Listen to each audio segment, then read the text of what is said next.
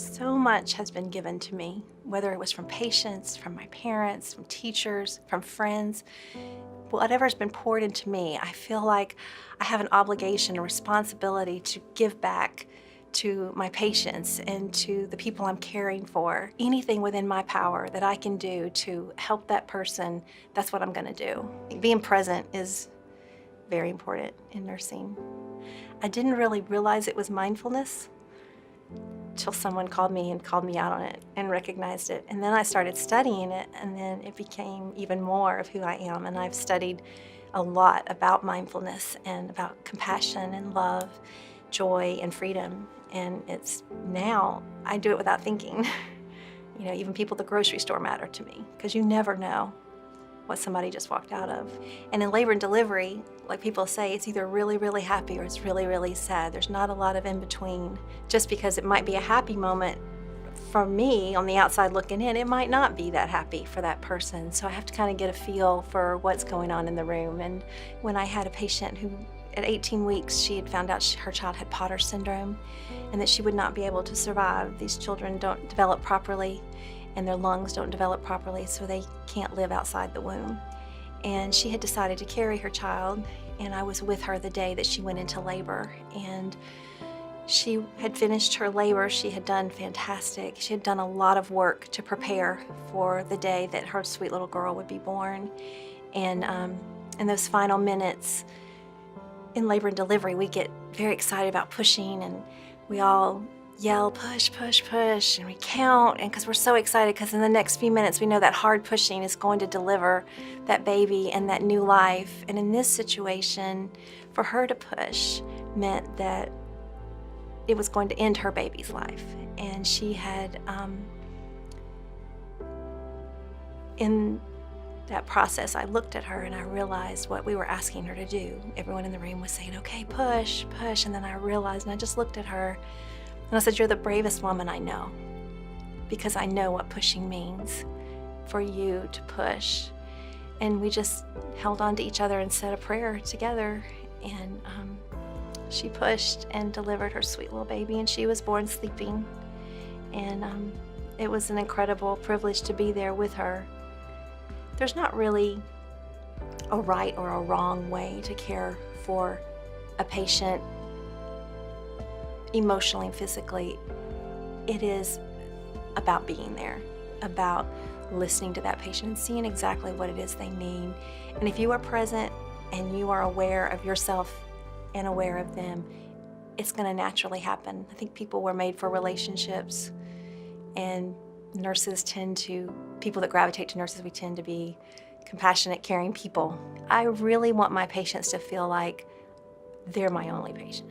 That's it. And when I walk in, that I'm there for them, that I am here, I care about you, your pain matters to me, and I want to make it better.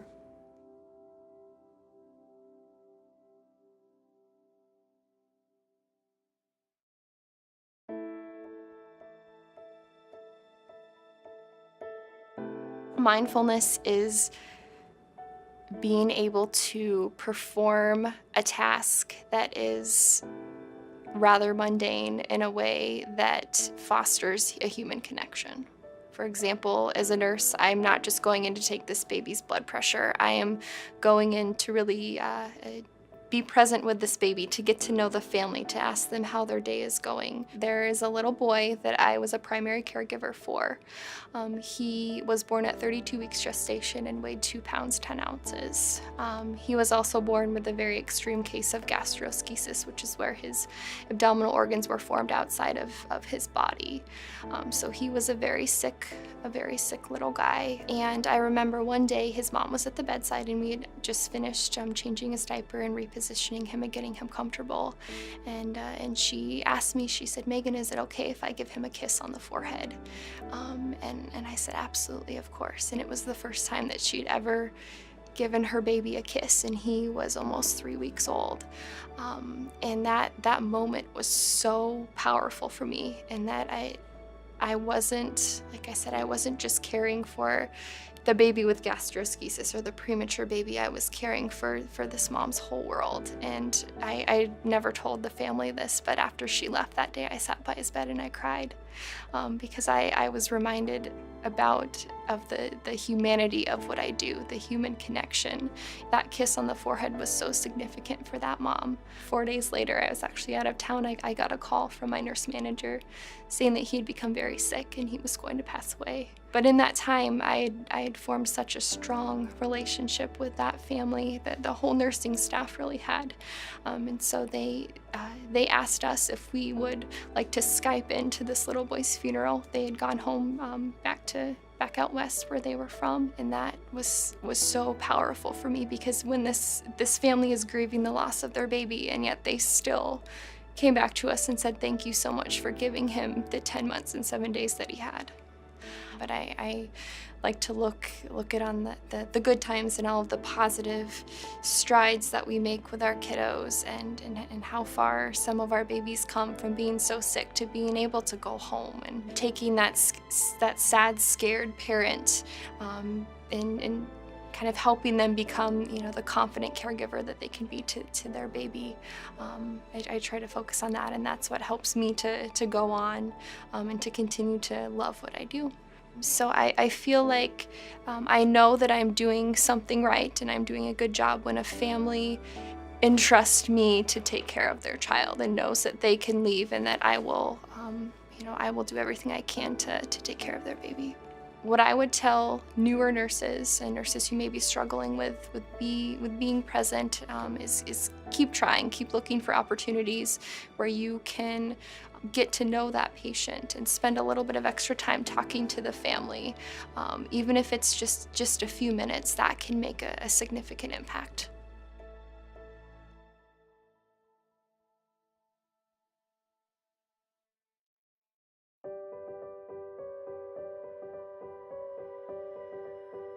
It's scary for me to be the one comforting a patient when I don't know what it's like, and I don't know the right things to say.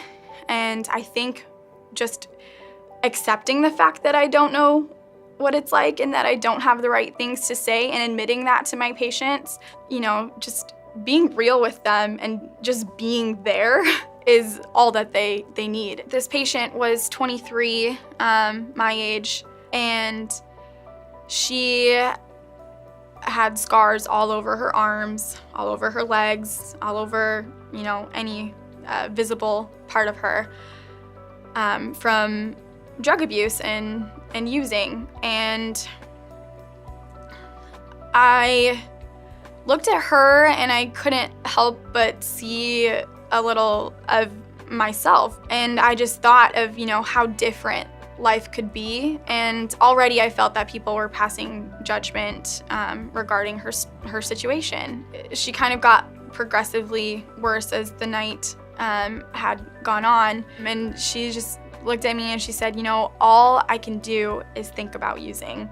And, I kind of thought about myself, like, what do I like when I'm feeling really anxious, and when I, just want to leave wherever I'm at. I like to listen to some good music, to just kind of chill out a little bit and try and get some sleep.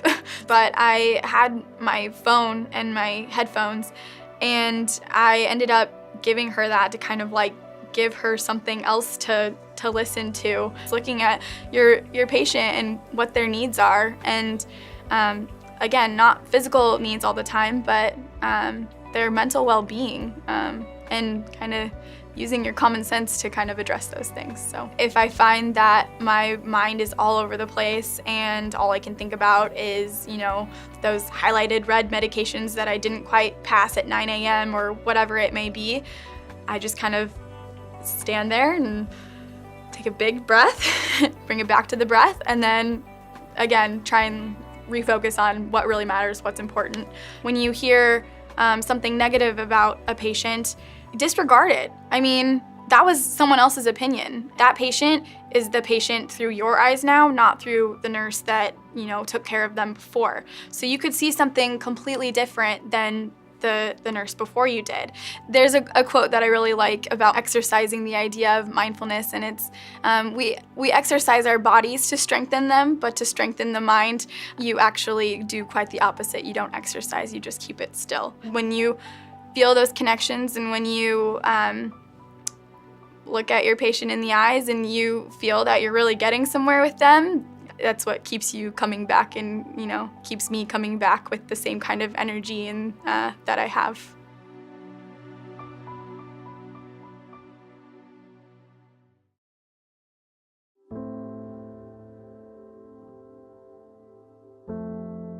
I think practicing mindfulness is something that can be learned and coached, but it's also something that you need to gain a little bit from experience, not just in nursing, but in life. And I think it's important to have a way to center yourself when you're not at work. For me, that's spending a lot of time outside and exercising. It sort of just brings you back to your center and allows you to come in fresh when things seem like they're getting out of control. I'll just find a place where I can look outside, take a deep breath, and then turn around and go back to it.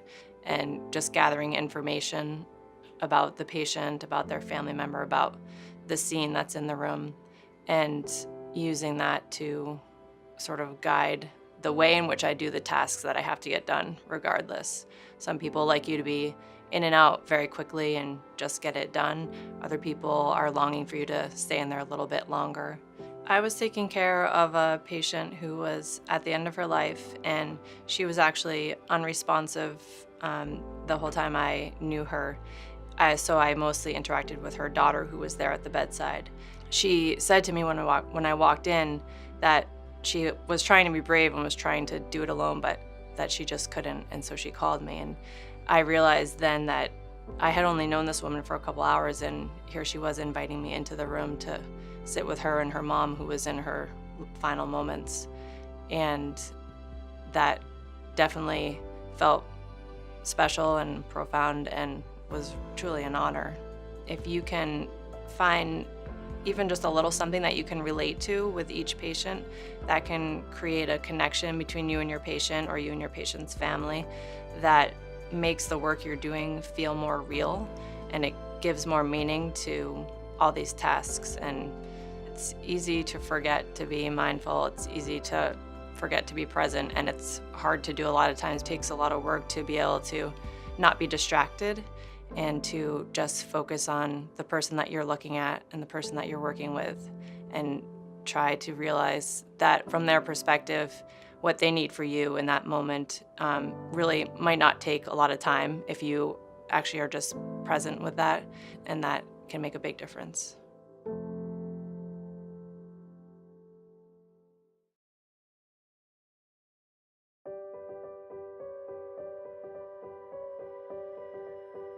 When I know that I've made a difference in somebody's life, that gives me the reason to come back the next day. That's why I'm a nurse. That's why I will always be a nurse. It's those small moments of time when somebody takes a moment to thank you for what you've done for them. I'm thinking of one lady in particular. She was a CHF patient, and she was BiPAP dependent, so she had a mask on her face the majority of the time that we talked, and she just wanted to sit up in a chair. So with her BiPAP, we manipulated her to the chair, and I kind of sang a little song to her as we were walking. Oh, Patsy Cline. But it was that making that connection that was important. It's sitting on their bed and looking them in the eye and talking to them. So you're not hanging your IV, and you're not cleaning up the clutter. You're not changing their suction tubes. You're looking at them. You're present. Part of mindfulness in nursing is to offer that extra moment of time, even though you don't really have it. It's to find it.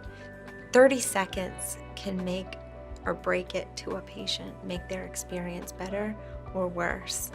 If I were to see somebody crying, I need to stop and ask them why they are. Patients have to feel good about their care. They have to feel like we're doing everything we can to take care of them. It's that extra moment where you grab their hand and ask if everything's okay, if you can do anything for them. What would I want if I was in this situation? How would I act? What would I need? If there's just this gut instinct that says, this person needs you, don't leave them. Those are what I rely on. You just have to be the quiet, soft voice of reassurance that says, you're just waking up. It's okay. I'm here with you. But when you get a thank you, there's just this inner happiness that comes along. Like, I know where I'm supposed to be. I know I'm in the right place. I know this is what I need to do.